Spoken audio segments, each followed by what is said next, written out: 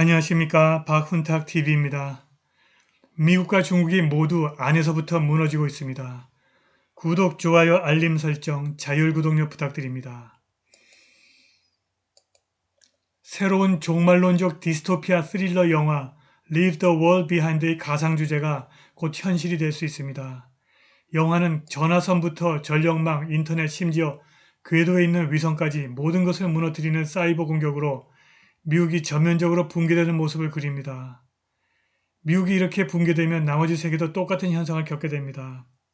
Leave the World Behind는 가상 스릴러가 아니라 다큐멘터리가 될 수 있습니다.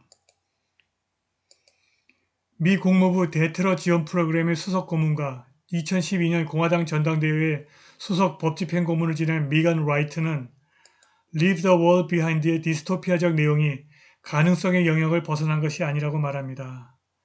이 영화에서 묘사된 수준의 사이버 공격이 현실에서 나타날 가능성이 있습니다. 라이트는 영국의 데일리 메일 온라인에 기고한 글에서 이제 사이버 보안 회사 센티넬1의 최고 보안 고문으로서 랜섬웨어와 국가 지원 사이버 공격에 대한 방어가 나의 임무라고 말했습니다. 중국과 러시아는 전면적인 글로벌 전쟁을 수행할 수 있는 군사력과 사이버 능력을 갖춘 유일한 적성 국가입니다. 미국의 적들은 대혼란을 일으키기 위해서 여객기를 격추하거나 초대형 유조선을 파괴할 필요가 없다고 그녀는 말합니다. 그런데 중국과 러시아에 대한 라이트의 견해는 단지 황당한 추측에 불과합니다. 러시아 또는 중국이 아니라 미국 내부 깊숙한 곳에 숨어있는 이른바 딥스테이트가 가짜 깃발 공격으로 미국을 내부에서부터 무너뜨릴 수 있는 능력이 충분하고 그것의 책임을 중국이나 러시아에게 돌릴 수 있습니다. 미국 해커들은 이미 최근 몇 년 동안 소규모 사이버 공격을 통해서 그들의 능력을 테스트한 것 같습니다.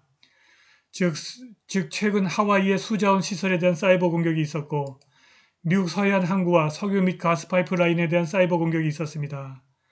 러시아와 연계된 랜섬웨어 그룹 닥사이드가 2021년 5월 7일 콜로니얼 파이프라인에 대한 공격으로 비난을 받았고 이로 인해 미국 남부지역과 동부해안 전체에 휘발유 부족이 발생했습니다. 이 지역 특정 석유 시스템은 동종 최대 규모로 동부해안 연료 공급량의 약 45%를 담당합니다. 라이트는 버지니아에서 플로리다에 이르는 주유소가 완전히 문을 닫게 되자 수마일에 걸쳐 줄지어 늘어선 자동차의 이미지를 뉴스 채널에서 보여주었다고 말했습니다. 노스캐롤라이나가 비상사태를 선포했고 정부가 침착하라고 경고한 것은 중요하지 않습니다. 라이트는 두려움이 현실이 되었고 그것은 국가를 무릎 꿇게 만드는 전제였다고 말했습니다. 최근 시진핑이 바이든에게 자신의 계획은 대만과 중국 본토를 통일하는 것이고 이를 위해 전면적인 침략이 있을 것이라고 경고했습니다.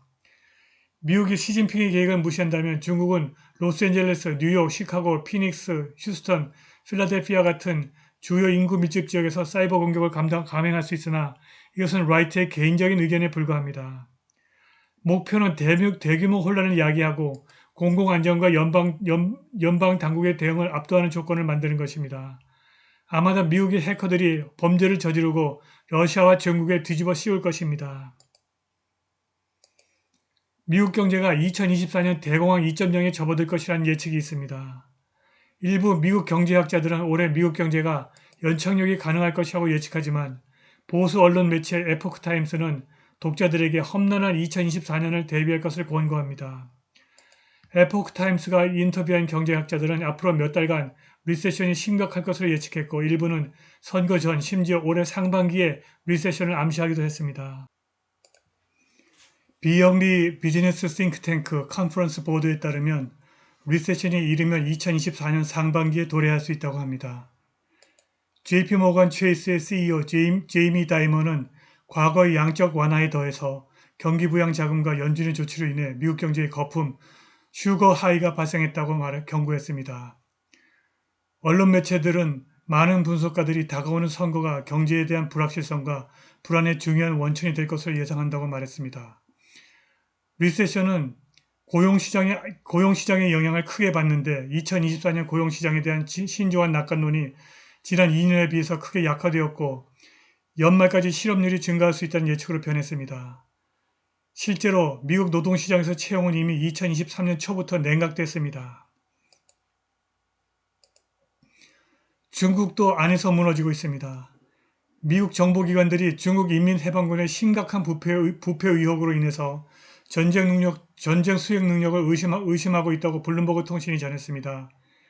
이 통신사에 따르면 미국의 정보기관들이 새해 중국이 고위 군 인사 여러 명을 해고한 것이 인민해방군의 광범위한 부패와 연관되어 있다고 믿습니다. 특히 최근 대규모 투자가 이루어진 중국 로켓군의 부패가 가장 시급한 문제라고 블룸버그가 토요일 기사에서 썼습니다. 미사일이 연료가 아니라 물로 채워져 있고 미국 서부의 미사일 사일로의 뚜껑에 결함이 있어서 미사일이 효과적으로 발사되지 않는다고 블룸버그가 전했습니다. 소식통에 따르면 로켓 부대와 방위산업기지 내부의 부패가 너무 만연해서 미국 관리들은 시진핑이 향후 몇 년간 주요 군사행동을 고려할 가능성이 낮을 것으로 간주하고 있습니다. 그러나 평가는 시진핑이 군 고위 인사를 해고하기로 한 결정은 공산당에 대한 그의 확고한 지배력과 그가 기강을 개선하고 부패를 척결하고 궁극적으로 장기적으로 중국 군대의 전투 준비를 진지하게 생각하고 있음을 보여준다고 밝혔습니다. 블룸버그는 미국의 이러한 평가가 독립적으로 검증될 수 없다고 말했습니다. 중국 국방부나 언론사들은 블룸버그의 이러한 보도에 대해서 아직 논평을 내놓지 않고 있습니다. 12월 말 중국은 중국 최고 입법부 전국인민대표대회 소속 군인 9명을 해임했다고 발표했는데 그중 5명은 로켓부대와 관련이 있었습니다. 그 직전에 국내 미사일 생산을 담당하는 고위관리 3명이 쫓겨났습니다. 지난 10월 말 리상푸 중국 국방장관이 부패 스캔들에 연루되어 해임되었습니다. 중국의 비밀 그림자 금융 대기업 중 하나가 수백억 달러의 빚을 갚지 못해 금요일 파산 신청을 했습니다. 세계 2위 경제대국의 위기가 새해로 접어들면서 가속화되고 있습니다. 블룸버그 통신에 따르면 한때 1조 위안 1,400억 달러 이상을 관리한 중국의 블랙스톤이라고 불리는 종지 엔터프라이즈 그룹이 베이징 제1중급인민법원에 파산 신청을 제출했습니다. 종지는 서류에서 분명히 빚을 갚을 수 없다고 썼습니다. 지난 11월 주주들에게 보낸 서한에서 자산 2천억 위안에 비해서 부채 총액이 4,200억에서 4,600억 위안에 달한다고 설명했습니다. 베이징 법원은 중국 소셜미디어 위챗에 중지의 자산이 모든 빚을 갚기에 부족하고 전액 상환 능력이 분명히 부족하다는 성명을 게재했습니다. 종지는 한때 부유한 가계와 기업 고객의 저축을 모아서 부동산, 주식, 채권 및 상품에 투자하고 대출을 제공하는 3조 달러 규모의 신탁업계에서 가장 유명한 회사였습니다. 지난 11월 당국이 대차 대조표에 364억 달러의 구멍이 있다면서 이 회사에 대한 범죄 수사를 시작했습니다. 미국과 중국이 동시다발적으로 외부가 아닌 내부에서부터 무너지고 있습니다. 오늘 방송은 여기까지입니다. 감사합니다.